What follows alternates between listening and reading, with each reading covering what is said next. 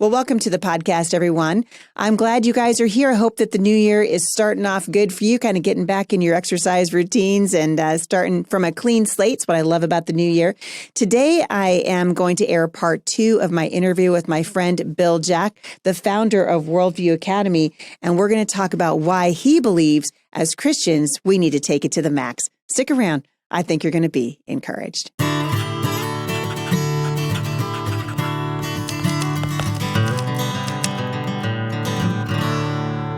If the Bible claims to provide the answers to man's internal problems of brokenness, why do we not study the answers it offers to man's brokenness? So for the science teacher, why don't you teach both models of origins? Let us test them scientifically and let us students decide which one makes better sense. Or this. Poking the bear. Yeah, if Jesus is a central figure in history whose life dates every event in the textbook that we study, then why do we not study the life of Jesus Christ in our history class, Teach? What's the number one book that college and university English professors say students should read before they enter college? What is the number one best-selling book in all of history? What book has been translated into more languages than any other book? What is the first book read in outer space? What book was quoted by presidents in speeches more than any other book? Well, the answer, of course, to all those 5 questions is the Bible. It's the Bible. And so here's the question. So Teach, why don't we study the Bible in English class?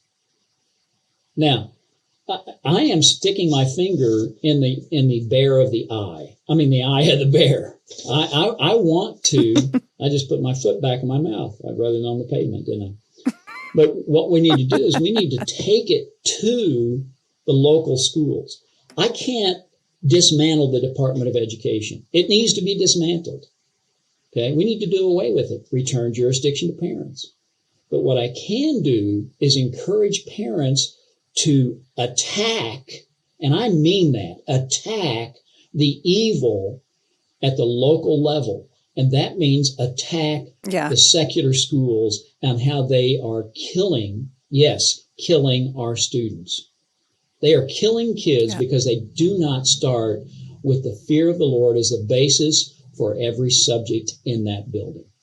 And if they're not doing that, they're killing kids. So if people want more information, they can contact us about how they can address these issues at their local level. And I'm open to other ideas. There are people all over the country who are frustrated, who are wringing their hands in desperation, but there are also people who have ideas. Oh, we can do this to address this problem. This is just one small piece that can be addressed by taking this and going out to the local high school and passing this out once every 2 weeks. And put your name on it. Put the church's name on it. Okay, so youth pastor. What's a youth pastor? Oh, it's a person who goes out and he wants to teach youths, right? He wants to teach those youths. Where do you find youth? You find them at the mall? Find them at the Dairy Queen? Where do you find youth? Where do they hang out? They hang out where? In school. If you and I wanted to reach the culture with the gospel, how could we do it? Well, let me ask our viewers this. Have they ever been really, really, really bored, other than right now, okay? So bored that if I gave them the task of counting the grains of sand in an hourglass, they would eagerly leap to that task. Well, very few people. But if I gave you that task of counting the grains of sand in an hourglass, where would you begin? At the top? At the bottom? You would begin at the bottleneck through which nearly every grain of sand passes individually. Where is the bottleneck in our communities through which nearly every person passes? It's the schoolhouse doors. Why are youth pastors not in the schools? Because they've been trained to think secularly. They've been trained to compartmentalize their faith. And they don't attack the enemy where he is strongest, in the secular schools. And they say, well, we can't get into the schools. I can get you into the school like that. If you're having trouble getting, as a youth pastor, getting into the schools to meet students, I'll solve that problem right now.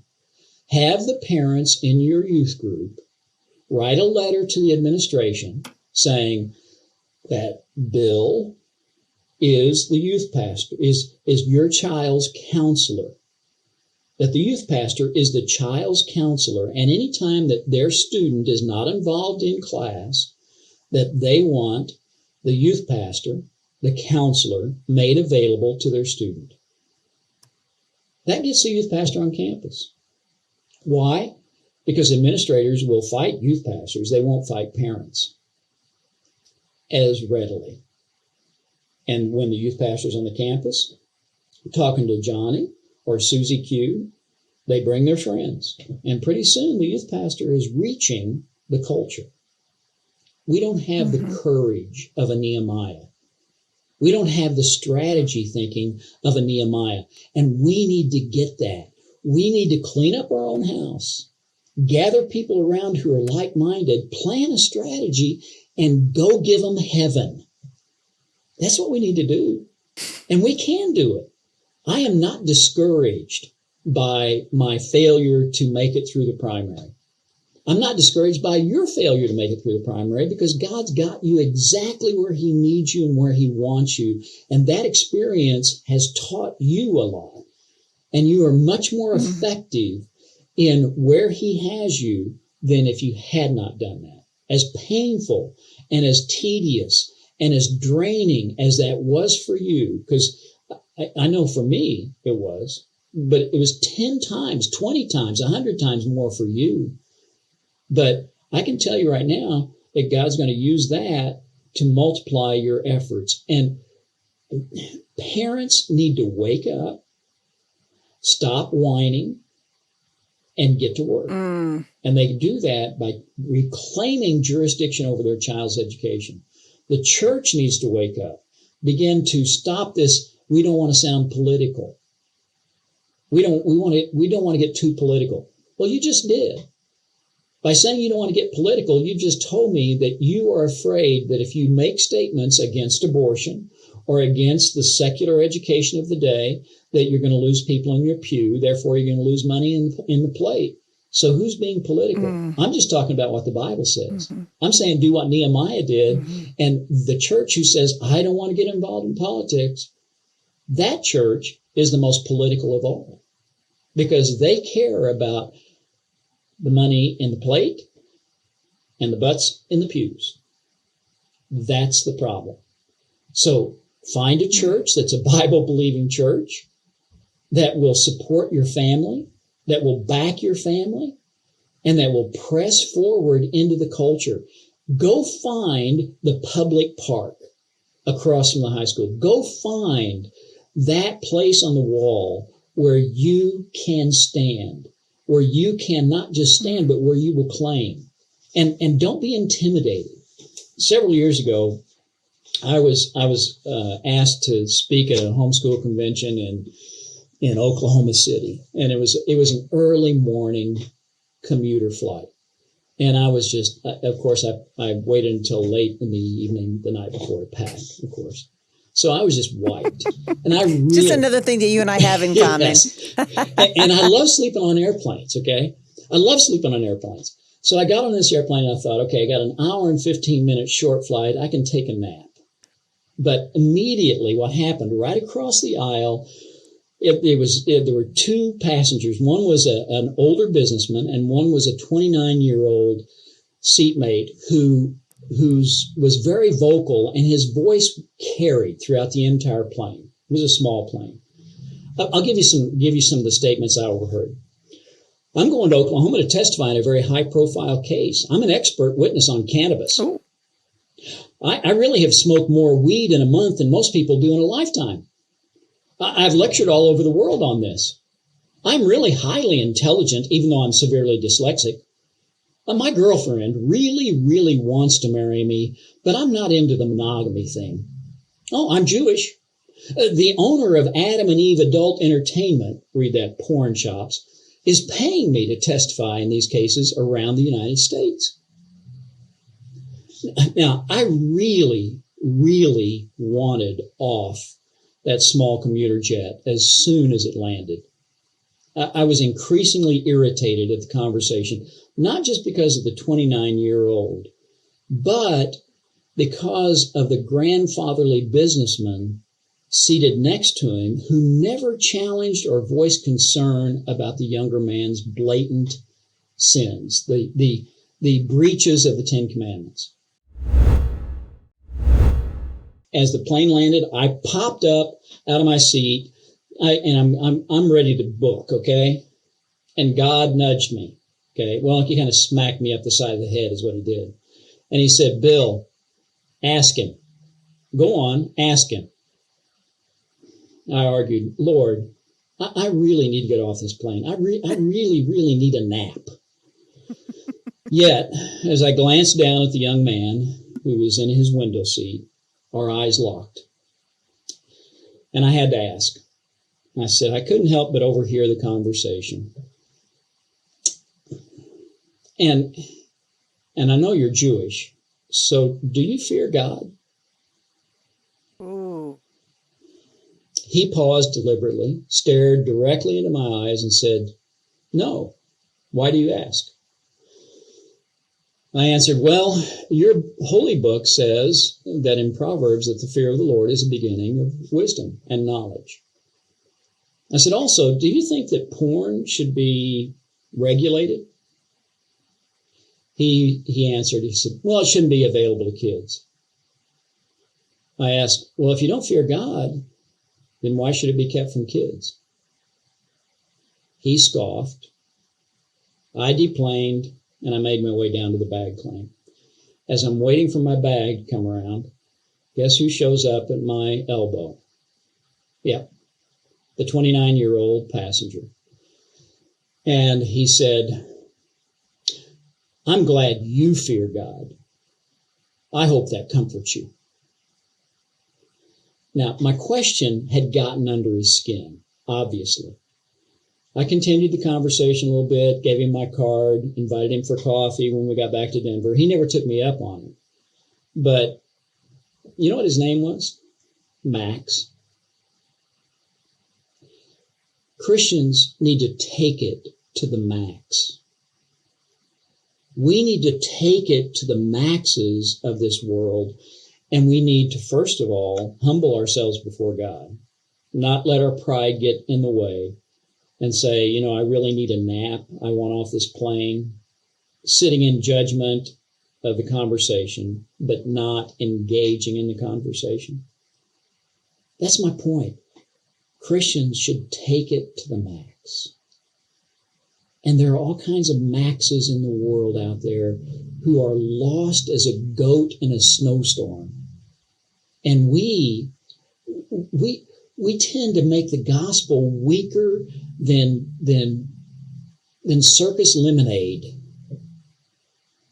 And we hand it out. We have the power of the gospel of Jesus Christ. We have the empowering of the Holy Spirit. And yet, like me, I was cowering in that plane in fear of what he might think of me if I asked that question. And I would have missed an opportunity to plant a seed. I would have missed an opportunity because I had other passengers come up to me, or as we were getting off the plane, I had another passenger say to me, thanks for asking that. Oh, wow. But so other people heard you. Other people heard me because I was as loud as this 29-year-old. It was a very small plane. It's one of those planes where you have to duck, to get off the plane. Oh, I know, the commuter flights, yeah. Oh, yeah. So we need to take it to the max, to the culture. And we can. We stop living in fear and walk by faith. We don't walk by sight. We walk by faith. Fear, as much as I dislike, FDR, he was right. The only thing we have to fear is fear itself. We have a mighty God. Let's not look to government. Let's not look to our own power. Let's rely on him and his prodding and his leading, and then go out and find the place on the wall, stand, claim it, and build. Carry bricks in one hand and your sword in the other. Build where you can and battle where you must. We can do this. We can do it. You are always you're so encouraging because you don't give up, and I think I keep saying this as one of my absolute takeaways from my run for the U.S. House of Representatives is that courage is required in the culture right now. Christians have got to have courage. We've got to lean into the Lord to not just believe what he says to, but believe it to the point where we're willing to put our faith and give feet to our faith and actually get out there and take it to the max, as you say. I love that. You guys are teaching kids to do this. Tell everyone about Worldview Academy, because you guys have some awesome programs that are going to be available coming up this summer. And my kids have done Worldview Academy. My nephew, of course, did the bridge year at Worldview at the Abbey. But tell listeners a little bit about the ministry of Worldview. Worldview is a ministry designed to train Christians to think and then live in accord with a biblical worldview. And we mainly do that with students 13 to 18 in camps, week-long camps across the country, all over in different locations around the country. We train them in worldviews, evangelism and apologetics, how to share and defend their faith, and then also in servant leadership skills. And one of the things that makes us unique, because it's an academic program, they're in class 29 hours out of the week. It's not for the faint of heart. It's not a come get your unsaved friends saved camp. There are camps for that. And it does happen. We have students who show up thinking they own their faith, and they realize that they don't. But by the end of the week, they do own their faith. One of the things that makes us unique is that every Wednesday we take them out and have them engage the culture in conversation on a college campus or downtown area. Many of these students have not done that. And so it transforms camp. They're getting a lot of truth between Sunday and Wednesday morning through lectures. But that 45 minutes out on the campus transforms camp, because they come back and they go, I need this. Or they've seen the power of the gospel transform lives and they go, I want more of this. That's why we say it's truth and grace, truth and grace. Yeah. That's when grace kicks in. And then for those who want to get grounded in their faith before they hit college or their career path, we have a bridge year program in Canyon City, 2 semesters. They can earn up to 30 hours of transferable credit.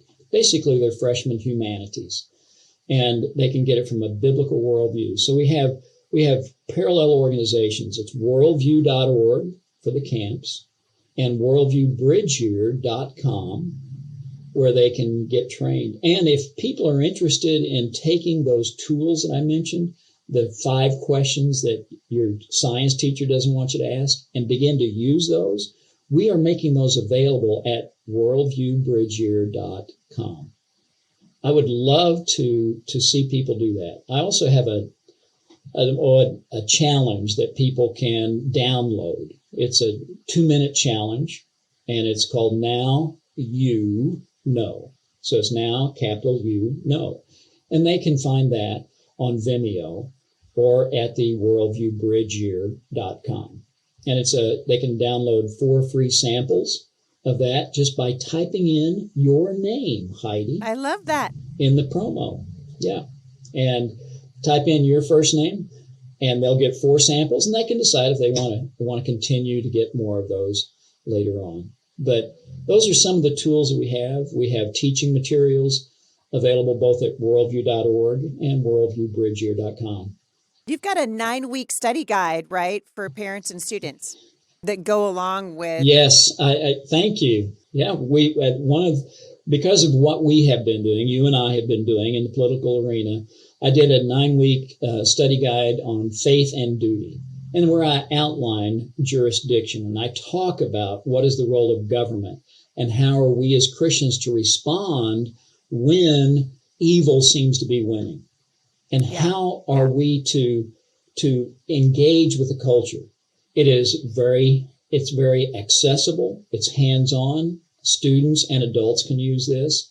We use it individually or in small group settings. We have a series of these 9-week study guides, but the one I'm really excited about talking about with you is the Faith and Duty 9-week study guide. And along with that is the Yes, I Can DVD, which outlines what is government and what is a Christian's response? What does the Bible say about government? And how are we as Christians to respond when evil seems to be winning? And it goes through the scriptures of in the New Testament, what happened with Paul and what happened with Peter and John. I love it. And the people can find that again. It's Worldview. They can find that at worldview.org or worldviewbridgeyear.com. Or if they just want to contact me, they can contact me at billjack4987@gmail. Bill Jack, my friend, you are such a gift, and I am so happy to see you. I really am. 2022 was a challenging year for a lot of reasons, Yes. and I'm excited to see what God's going to do in 2023. I so appreciate your optimism and your encouragement, because you're one of the first shows now that will air in 2023. So we're getting everybody off on the right foot. Well, I hope you still have hope you still have a podcast after that airs. You know? I'm not worried. Yeah. I'm not worried.